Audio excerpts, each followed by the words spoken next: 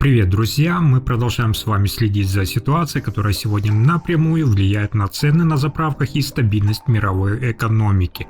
Несмотря на серьезное военное давление со стороны Соединенных Штатов Америки, Иран не демонстрирует готовности к отступлению и придерживается жесткой линии. Многие задаются вопросом, почему же стороны не садятся за стол переговоров.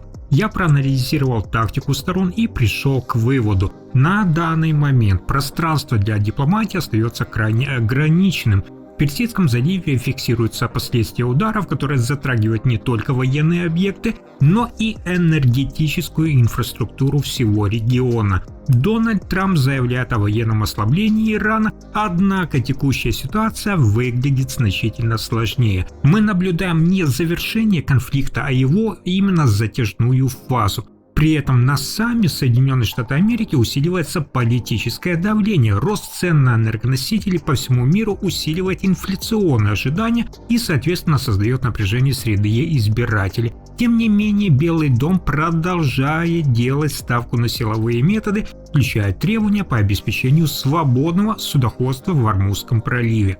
Но здесь возникает ключевой момент. Даже если Вашингтон предложит диалог, заинтересованность Тегерана в переговорах остается низкой.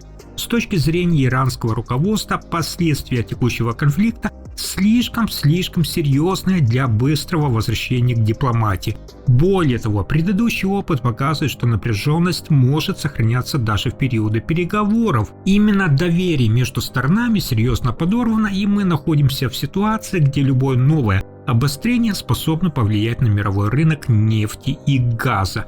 Если проанализировать последние действия Соединенных Штатов Америки и Ирана, мы можем увидеть, что стратегия жесткого давления, на которую рассчитывали в Белом доме, сегодня дает совершенно обратный эффект. Вспомните хронологию. Всего 3 недели назад Соединенные Штаты Америки и Израиль начали масштабные действия в отношении иранских объектов в тот момент, когда дипломатические каналы еще оставались открытыми. Это создало опасный прецедент, в Тегеране усилилось убеждение, что переговоры не гарантируют снижение напряженности. Сегодня я с большим скепсисом смотрю на возможность любого диалога, и вот почему.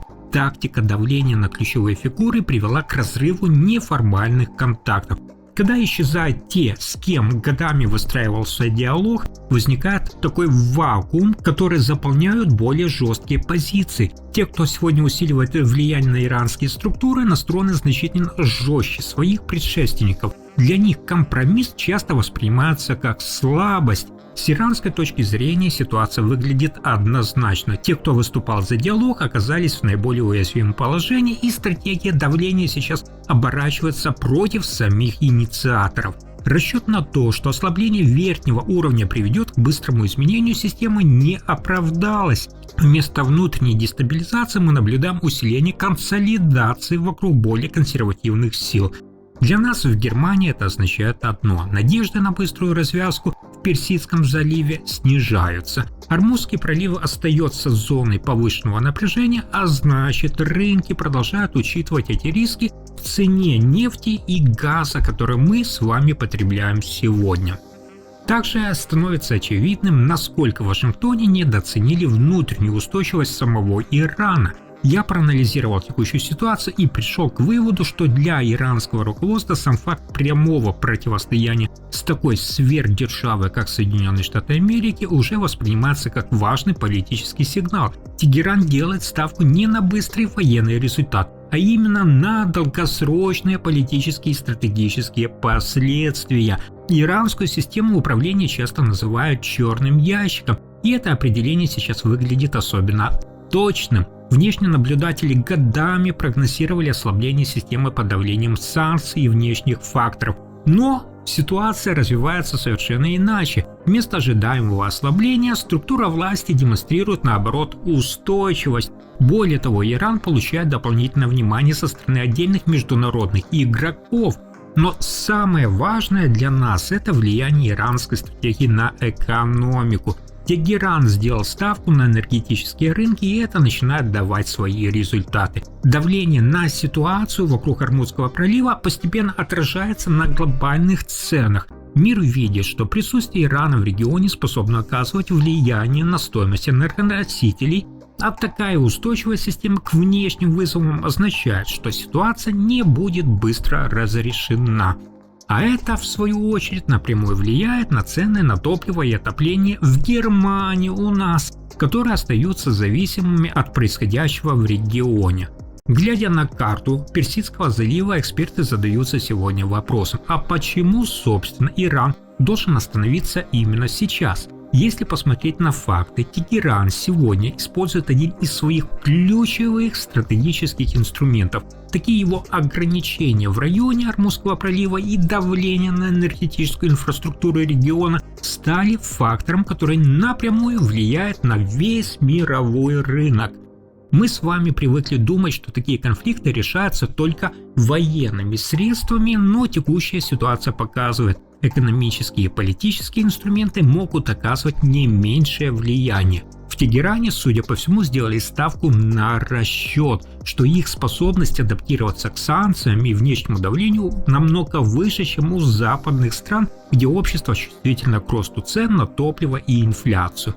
Да, Иран вряд ли стремится к прямому военному противостоянию с Соединенными Штатами Америки. Но задача выглядит совершенно иначе – усилить экономическое давление. И эта логика уже отражается на балансе в регионе. Военные возможности перестают быть единственным определяющим фактором, когда под риском оказываются поставки энергии. Для нас в Германии это также означает, что затяжная нестабильность в Персидском заливе может сохраняться длительное время, продолжая влиять на расходы наших домохозяйств через цены на энергию.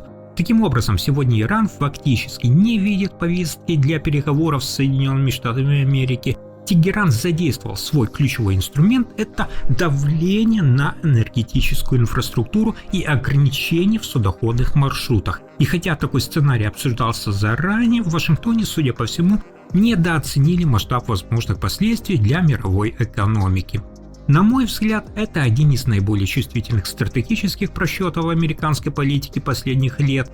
В результате Иран получил более сильные позиции в регионе, причем это происходит на фоне напряжения внутри страны и постоянного давления со стороны Соединенных Штатов Америки и Израиля. И возникает логичный вопрос, о чем сторона вообще говорит за столом переговоров. Если посмотреть на официальную риторику сегодня Белого дома, Дональд Трамп делает акцент на максимально жестких требованиях, связанных с изменением политического курса Ирана и его программ. При этом текущая ситуация подается как находящаяся под контролем.